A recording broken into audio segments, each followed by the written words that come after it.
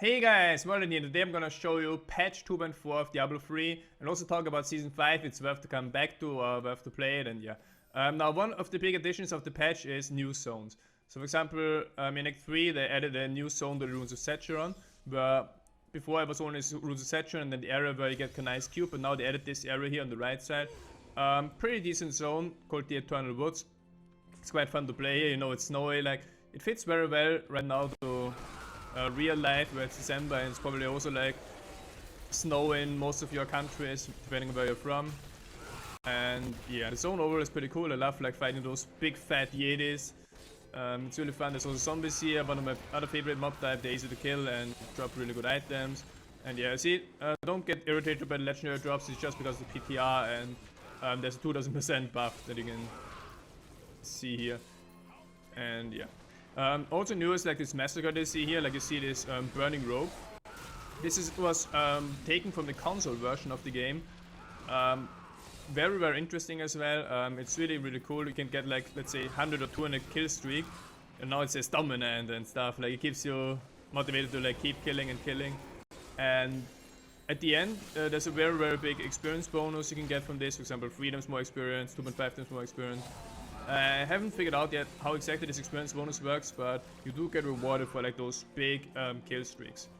And yeah, the other new zone that they have is called the Grey Hollow Island in Act 5 on the very top right. It's also a very cool zone. In my opinion, it's the most or my favorite zone of this new patch.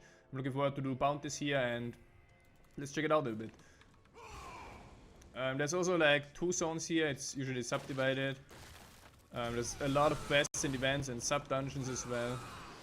I mean, I don't even know like all the quests myself yet, but it's a pretty cool zone. Hopefully I'm gonna get done with this quest soon so I can show you more of it. Maybe this. Okay, that was it already. And yeah, there's trees here. You probably remember them from Fields of Misery. Then again, we have like those big Yetis again. But this zone is not with like snow and ice. Pretty much like a normal zone. There's also a set dungeon here, like in most other maps. And yeah, overall it's a very cool zone. Density is decent. Of course, it's never gonna compete with like Great Rifts. That's just how the game is right now. I mean, Great Rifts is still gonna be king, even with all the new zones and cool new things that they add. But still, another new thing that you probably have seen or noticed yourself already is damage numbers. So for example, you can see Vengeful Massacre, 31 kill, 1.75 experience points. You can see the damage numbers here are like in millions now, so it doesn't show like big 10 numbers or 50 numbers or, for example, 20 or 297 billion, 450 million, 348,000 or whatever. Now it's just showing, for example, like 201 M, and the M stands of course for million when you attack something. And that's like, in my opinion, like just like a small quality of life change, convenience change. You see here K and M's, depending on how much damage you do. It should also be pretty fun, like when you get like a high damage build. For example, let's say Hold the Barb, that like can get really high single target numbers. Like how it looks then, like the B probably for billion or something, I don't know.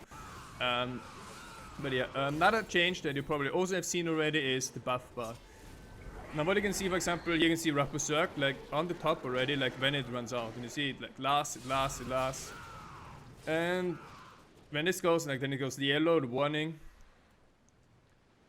And it's over. You see I'm not in Rough Berserk anymore.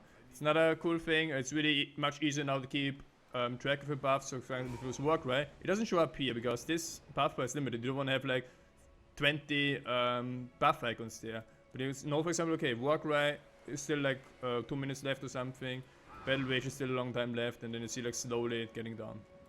So those are some of the first changes. Another change I wanna show you is one of my favorite ones. Is set dungeons. Now set dungeons usually just do like 1 time or 2 times in your life to get the rewards, but they're also required for the season journey. And season journey is another thing to show.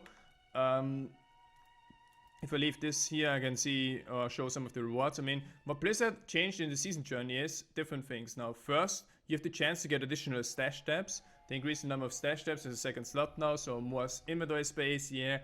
But the space you need anyway, because you need to like collect a lot of sets for different classes if you want to do the set dungeons. And another thing that's new is, if you go here to what's new, for example, you see the current season journey gives you also a set.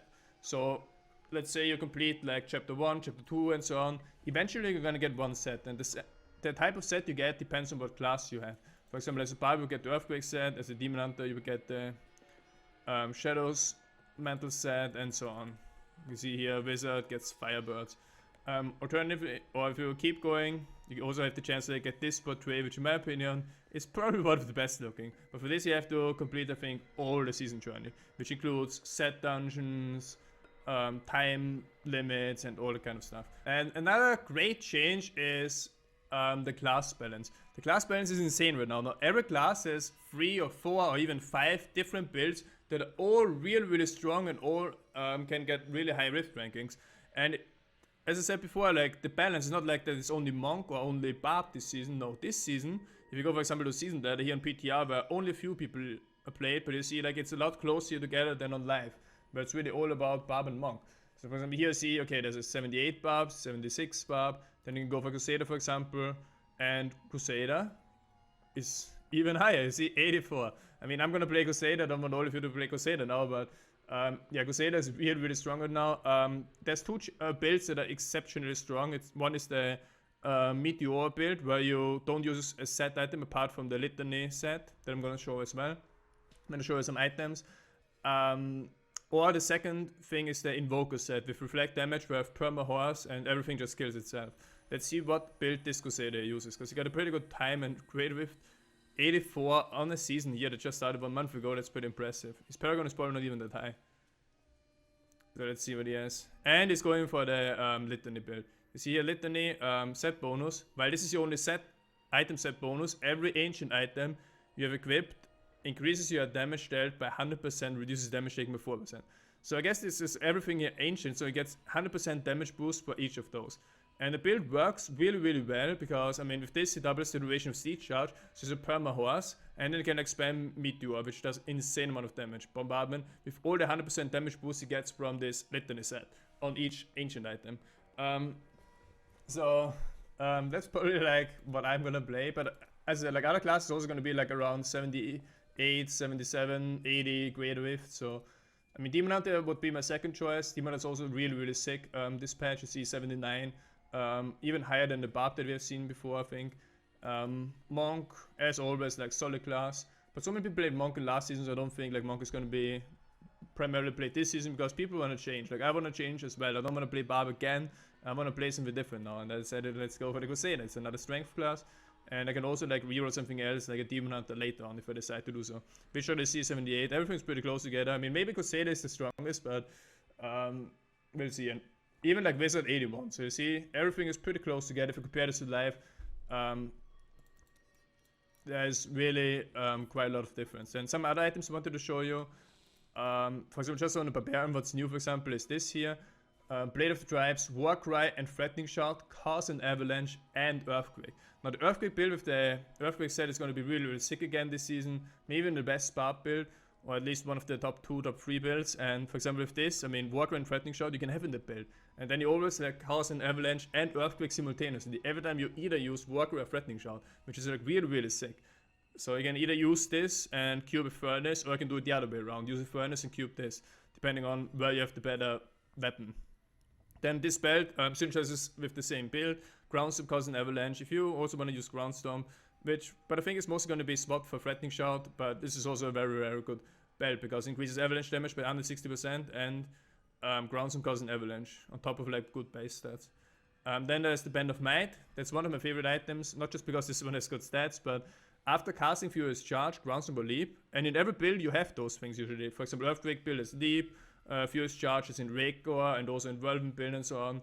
And then you take 53% reduced damage for 8 seconds. So this you can keep this up permanently. This is permanently 53% damage reduction. It's like a unity on top of what you have. Really strong ring, and yeah, really cool item. So that was the items. What else is new? There's a new Kanai's Cube recipe. If you go here, you can see it's on the very last page. There is a way to upgrade your ancient items. So if you have a really good ancient item, let's say for example, I don't know, the gloves here, Let's say I wanna upgrade the gloves and make them better. All I need is a legendary gem that's high level and 3 flawless rare rubies. And what it's gonna do is it adds like another stat on my item. It adds strength on this item. And that's really sick. For example, if you take a look at the Crusader that we've seen before, he's gonna have put this on every single item, most likely. Because his whiff rank is so high, I mean, he has to min-max for this. And this is like getting like many Paragon levels. What he has done with this recipe. So here you can see plus 350 strength, Kalisans, Despair, rank 70. Of course, like how much stats you get, how many stats you get, depends on what level the legendary gem that you use is. You get 5 strength or 5 stats per rank. So if you use a level 80 legendary gem to upgrade one of your ancient items, you get 400 strength. You can see 350 here. It's mostly done with 70. Here you can see he did one with 72 to get 360 strength. And you see this is on every single item, and if you like add this up, if you add 350 times all the items that he has, even on rings, even on the amulets, that's like a huge amount of strength that he has here on top. Especially because he also has like on one shield. I mean, we have 1, 2, 3, 4, 5, 6, 7, 8, 9, 10, 11, 12, 13. 13 times, you can say 400. That's a lot. That's like 5, 6k strength, which equals to like a lot of Paragon levels. And it's gonna, in one way, it's really good because it also like indirectly punishes botters. Because it makes the difference from botting, from like getting a really high Paragon level like Gabineta has, much smaller because the overall stats are going to be higher because everyone is going to have like 350 strength on every single piece in addition. So that's a really good change. And last but not least, there's another thing that's really cool.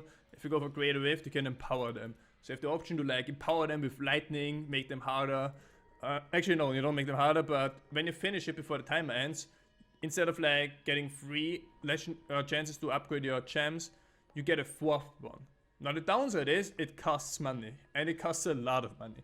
But in this patch it's also easy to make money, and you just gotta make sure to keep every single puzzle ring, try to do them together with 4 other players, like try to exchange puzzle rings all the time, and try to accumulate as much gold as you can. And then every time you do a high rank Greater Rift, or even like a low rank, you wanna use and empower it. I mean, a low rank is pretty cheap. So for example, if you start leveling a gem and you wanna do it on low ranks, let's say on 33, it only costs 9 million to empower. I mean, that's nothing.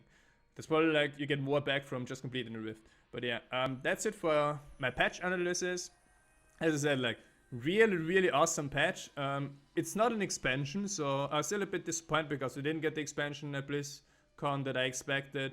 But for a patch, for a free patch, I think this is as good as it can get. So much new content, cool new sets. I think over 50 new legendary items, class balance brought on same level, set dungeons something new to do, and a lot of quality of life changes, a lot of small improvements. I'm looking forward to play it again next season, which starts on 15 January. I'm gonna play on Hardcore probably, also Crusader, I think I've decided, but maybe it's gonna change, and yeah. I can definitely recommend you come back to Diablo. For Christmas now, I'm probably gonna play and check out some other games, but I'm really hyped for Season 5. Thanks for watching, I'll be back.